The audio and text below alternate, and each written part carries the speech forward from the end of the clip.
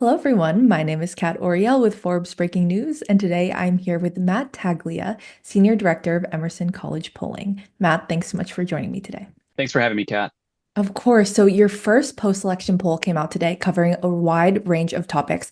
I want to first start off with the road to the White House in 2028, starting off with the Democrats. You asked primary voters to name a candidate they would support as the nominee in 2028. Can you walk us through those results?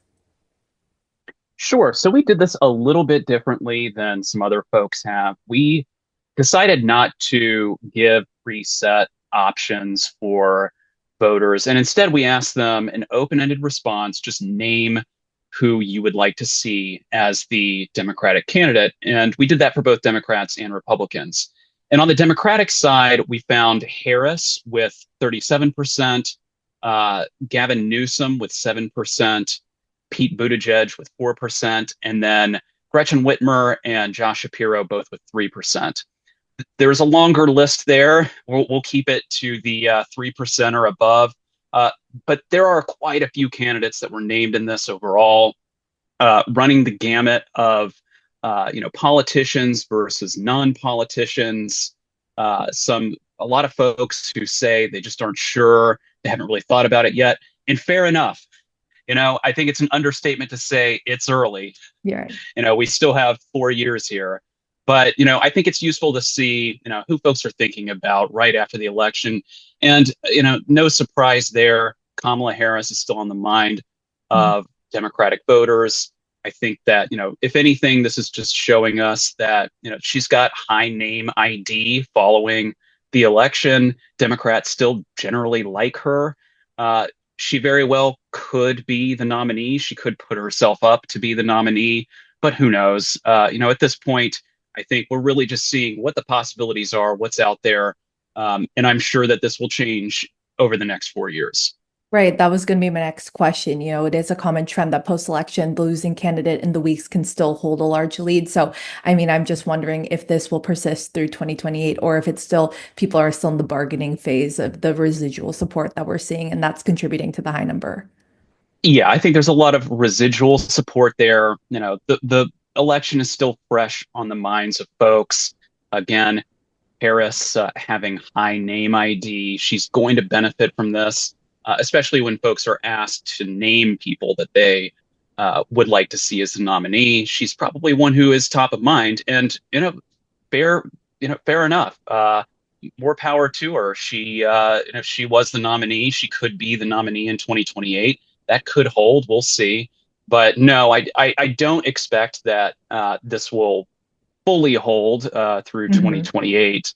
I'm sure that there are some names that aren't even on this list that will be players in the Democratic nomination. I'm just wondering if you were at all surprised by her high performance, considering the way that she performed too. I believe she had the worst showing of any candidate since Michael Dukakis in 1988. So why do you think she still has been able to have that high number despite the showing? Well, I think the short answer is she's still popular among Democrats. I don't think that folks who are going to vote in the Democratic primaries in 2028, I don't think that they necessarily blame her. I think that she is still popular within the party. We didn't test her favorability here. We might do that in the future. But, I don't think that her reputation is tarnished within the party necessarily. I think there's a lot of analysis and equivocating that needs to happen there as far as, why she did underperform. We did see that she was underperforming President Biden, and we just didn't know by how much. And we knew that it was going to be close in these swing states, which it was. It was not, an overwhelming defeat necessarily if you look at it a certain way. But she did lose the popular vote. There's no arguing with that. But I think, despite that, the diehard Democrats who are going to vote in primaries, they don't necessarily dislike her, and they don't necessarily blame her for the loss. What about the demographic groups that she's still doing well with? Does that pretty much track with the polling before the election? Yeah, and I don't want to, split too many hairs here. Mhm. I think she's still popular among women. She's still popular with generally younger folks. but I think that all changes heading into 2028. I think the map is going to change, and I think that her core constituencies aren't necessarily going to stick by her if she decides to. Someone else who made the list that was below that 3% that you mentioned was Michelle Obama, polling at 2%. Do you think the low number for her shows that people finally believe she's not running, or that says something about the Obama brand kind of diminishing? Yeah, I don't know.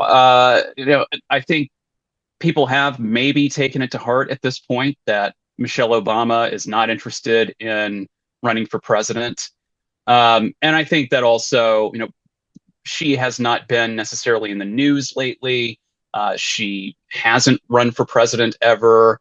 She hasn't even named herself as a candidate for any sort of elected office in the past 10 years. So, I wouldn't read too much into that. I think, she still has very high favorability the last time we tested it, and other polls have tested her favorability, and she has high name ID. So, I think that she would probably be a front runner if she walked into the Democratic primaries and caucuses.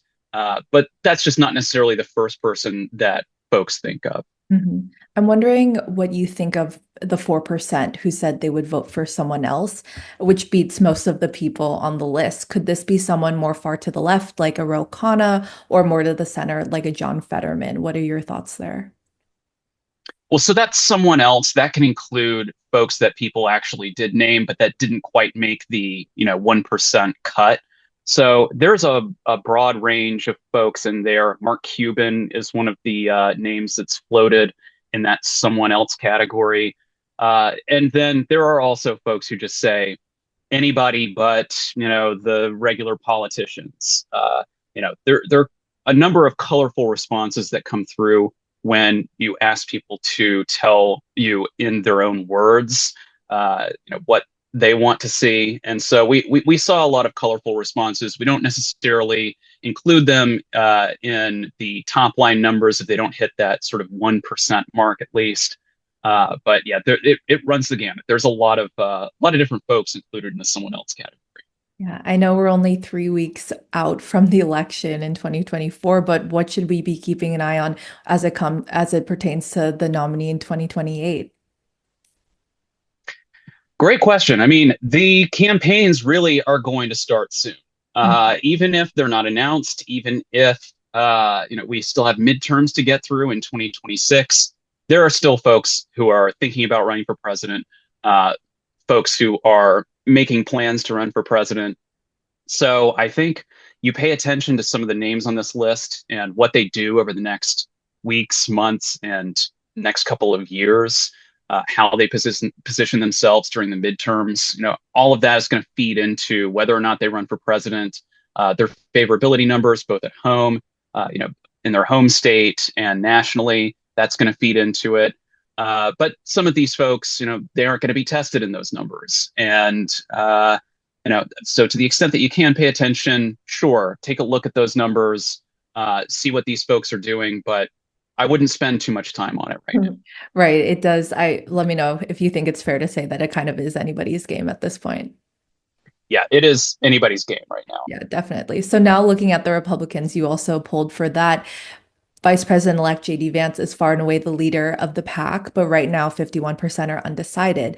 However, never in modern history has an incumbent VP who has sought the nomination been denied it. Is there any chance you think that Vance could not get it? Sure, it's always possible. We also saw that President Trump's name was mentioned in this quite a lot. So I believe it was 22 or 23% say that Donald Trump should be the nominee in 2028 on the Republican side. Of course, that would require amending the Constitution. But nevertheless, he is also in there. I think that it's also hard to differentiate when we ask these open-ended responses whether or not folks meant Donald Trump Sr., Donald Trump Jr., or if it's Trump, if there's someone else. So I think we do need to caveat that there could be a few folks out there who like the Trump name, regardless of whether it is Donald Trump Sr. or one of his children. So Vance, I think, does walk in with a potential lead here. We see he has about 30% when people are asked to name who they would prefer as the Republican nominee. Again, he hasn't actually even stepped into the vice presidential role yet. So I think, we have to reserve judgment here, but it's fair to say the same thing that applied to Harris applies to Vance. He's got high name ID. He would most likely be the front runner if he walked into that Republican nomination process today, but that's not happening today. So again, we can see where he has, a foot in the door for sure. I think all else being equal, he would be the front runner, but it's very early. Is there anything else notable about the various demographics and where there was a trend there as to who they support for the nominee? No, these are Republican diehards, really, folks who know that they're going to vote in the 2028 election. Again, I think Vance would be very well positioned there. There's not much to say about the demographics, and I don't want to split too many hairs.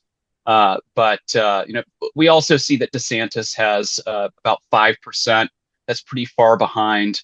And Ramaswamy with 3%, also, a fairly low number, but these are the folks who have the highest name ID, and they will probably walk in with a little bit of a push, depending on how things go over the next 4 years.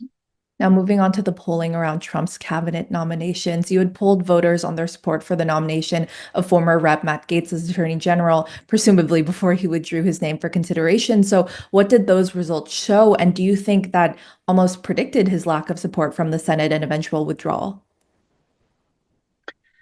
Yes, Matt Gaetz had the lowest support out of all the Trump cabinet nominees that we tested in the poll, at just 29% supporting. Even a quarter of Trump voters opposed Matt Gaetz's nomination. I think that says all that we need to know, really. And that was about the same for Republicans, the two being closely tied. Obviously, Democrats overwhelmingly opposed to the nomination, and independents also opposed. So, you know, you you you had all across the political spectrum at least a quarter who were opposed to Gates's nomination. So it is no surprise that he decided to withdraw himself in the face of what was likely heavy Senate opposition. And I think the poll just shows that. Mhm. Well, Gates was the least popular, but coming in at the most popular was RFK Jr., Trump's Health and Human Services Secretary pick. Why do you think he was so popular and was gaining so much support in this poll?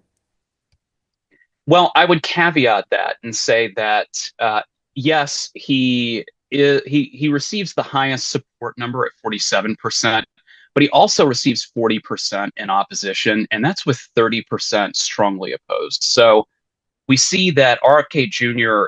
Really splits people.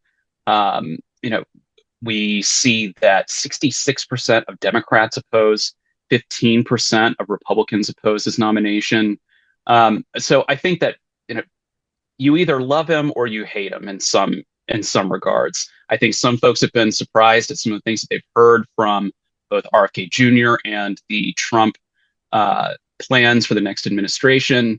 But really, he seems to really split the electorate, and we see some strong opinions either way on his nomination.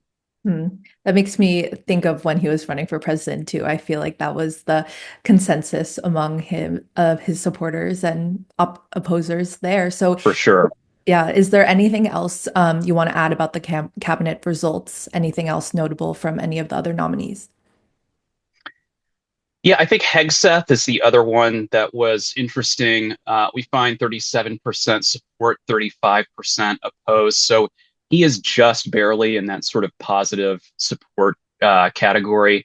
I think this is another case where if you know who he is, if you've read some of the stories lately, then you might see where he might be a little controversial as a pick for defense. We see that among independents, 36% are opposed, 55% of Democrats are opposed to his nomination. So we can see where there are camps of opposition there. We don't see it so much from Republicans, but he is another choice that has been fairly controversial, and we see that reflected here as well. Now, moving on to Trump's favorability numbers, it was at 54%, a 6 point increase from his pre-election favorability. Is that a normal jump after an election? And why do you think his favorability increased? Yeah, we do tend to see a bit of a rallying effect after someone wins the presidential contest. That's especially true if they're winning the popular vote as well, as President-elect Trump did. But seeing some of the changes in the subgroups, he's strongest with the 40 to 59-year-olds. 60% favor him, 55% among the under 30 crowd. And we even see 19% of Democrats have a favorable opinion of Donald Trump. That is a 9 point increase since the pre-election polling. So I find that pretty interesting. 69% of white voters have a positive opinion, 53% of Hispanics. We can see where, some of these narratives from the election, that's sort of bearing fruit in this poll. We saw him gain among these Hispanic voters, among some of the middle-aged voters, and even younger voters. And that's reflected here now. So I think it's not just that sort of rallying effect. I think we really are seeing some of the changes that bore out during the election. All of the other groups I feel like make somewhat sense to me, but why do you think the Democrats had such a big increase in that number there? Yeah, I think that is a combination of that sort of rallying effect, and then potentially with some of his nominations for his Mhm. cabinet.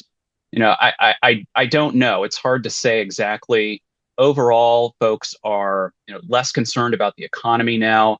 Um, Democrats in particular, though, it's hard to say, but I think that winning the popular vote, that does provide more of a mandate than Donald Trump has had in the past. And so I think that some Democrats see that. They might not even be paying attention to what he's doing, but have a little bit more favorable opinion of Mhm. him as a result of the country voting in this direction. Mhm. Well, it's interesting that you mentioned the cabinet nominations being a plus for him because I think they've been pretty controversial. So I was actually going to ask if you thought that he might have been burning a little of political capital on these picks, but it could be that it's actually to his benefit for some groups. I think so, frankly. I think, Matt Gaetz dropping out of the nomination process, I think that really helped him because that was a truly difficult prospect getting him through the Senate. And I don't think, as we saw in this poll, he was not a popular guy among the electorate. Some of these other picks, I think Marco Rubio, uncontroversial. Generally, folks agree with that choice. I think Democrats feel mostly safe with that choice. I don't think they have formed too much of an opinion of some of the other folks. Tulsi Gabbard is another one who is controversial, but we see that a quarter to about a third of the electorate don't have an opinion of these nomination decisions. And so, I think among those who are paying attention, they're going to see it one way or the other. And I think overall, it seems to be positive. It seems to be that it is helping Trump's favorability, maybe a little bit. But yeah, I don't think that it has the overwhelmingly negative connotations that, some folks have assumed that it has with the electorate. Now, looking at our current president for the next 2 months or less, President Biden, his approval rating is at 36%, a 4 year low, and he had a disapproval rating of 52%. What do you think this says about his legacy? Well, it's tough.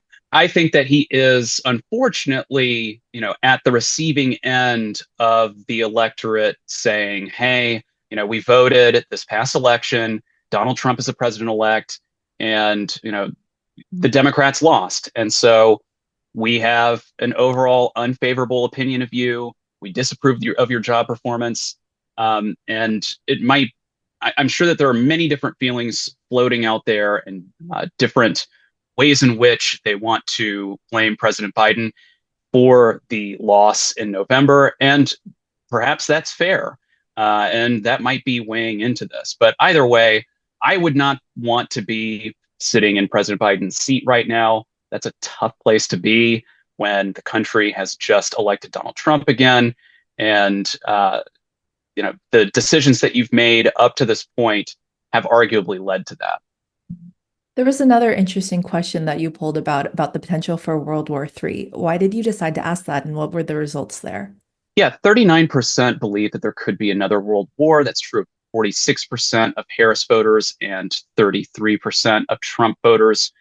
You know, we hear headlines pretty consistently about Ukraine, about Israel and Palestine. And we just thought it would be interesting to test this to see where the differences might be. And I think it's somewhat comforting that only 39% believe that there will be another world war. Um, we also asked whether aliens have visited Earth. We found that 37% believe that, and that there is a difference between Trump and Harris voters there as well, with 41% of Trump voters believing yes, they have visited, versus 32% of Harris voters saying no, they haven't. Or 32% of Harris voters also believe the same. So yeah, that was So, going to be yeah, my next question. Why did you ask that? Is it because of all the UAP hearings that we've been having in Congress lately? yes, yes. Since it's been in the news, we wanted to test that. And yeah, it's interesting that Trump voters are more willing to believe that aliens, extraterrestrials, have visited Earth versus Harris voters. It's something fun before the holidays, with both of these questions.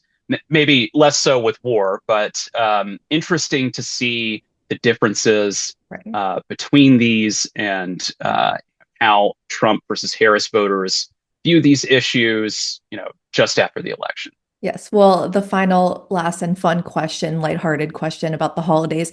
Many voters across the aisle felt grateful for family, friends, health, and wellness. What do you think that says about the upcoming holiday season, especially coming off a pretty divisive election cycle? Yeah, interestingly, only about 6% said that they were most thankful for their community and their country. I don't know if that speaks to the sort of civic side of this, but I think that everyone can come around the table and they can feel thankful for their family and friends, their health. And that was true both of Harris supporters and Trump supporters.